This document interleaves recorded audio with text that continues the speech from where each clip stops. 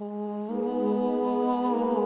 اصل میں ہوا ہے کہ جب نمرود، جس کا نام تھا بخت نصر، نیبوکیڈنیزر، اس نے 586 قبل مسیح میں، حضرت مسیح سے 586 قبل، اس نے حملہ کیا فلسطین پر۔ دیکھیے عراق اور فلسطین کی، اسرائیل کی اور عراق کی اس وقت بھی سب سے بڑی دشمنی ہے آپس میں، وہی دشمنی جو ہے 2500 سال پرانی بھی ہے۔ اس نے وہ نمرود بابل، نیبوکیڈنیزر جس کا نام تھا، اس نے حملہ کیا۔ 12 لاکھ کی آبادی تھی، 6 لاکھ کو قتل کیا اور 6 لاکھ کو بھیڑوں بکریوں کی طرح ہانکتا ہوا قیدی بنا کر لے گیا۔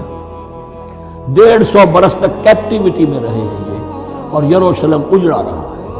کوئی نفس نہیں، کوئی متنفس نہیں تھا، کوئی انسان نہیں، کوئی 2 اینٹیں سلامت نہیں چھوڑی۔ اسی وقت وہ ہیکل سلیمانی جو ہے وہ شہید کیا گیا۔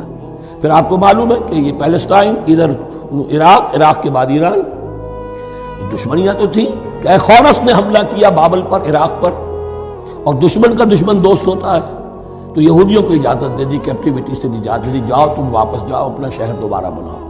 چنانچہ وہ گئے، اور پھر انہوں نے جا کر وہاں پر 136 سالوں میں ان کی دوبارہ جو ہے یہ بستی بسی، اور پھر یروشلم کو انہوں نے آباد کیا، اور پھر انہوں نے وہاں ہیکل سلیمانی دوبارہ بنایا، جس کو وہ سیکنڈ ٹیمپل کہتے ہیں۔ وہ سن 70 عیسوی میں ٹائٹس رومن جنرل کے ہاتھوں تباہ ہوا تھا، جو اب تک تباہ ہوا پڑا ہے۔ 1927 برس سے ان کا کعبہ زمیں بوس ہے، یہ نوٹ کر لیجئے اس بات۔ اسی لیے آگ لگی ہوئی ہے آج دنیا بھر کے یہودیوں کے دلوں میں۔ اب تو ہماری حکومت ہے وہاں پر، ہم اپنا یہ جو بھی کچھ یہاں پر اس احاطے میں بنا دیا گیا ہے، سب کو ختم کریں گے اور اپنا ہیکل سلیمانی بنائیں گے۔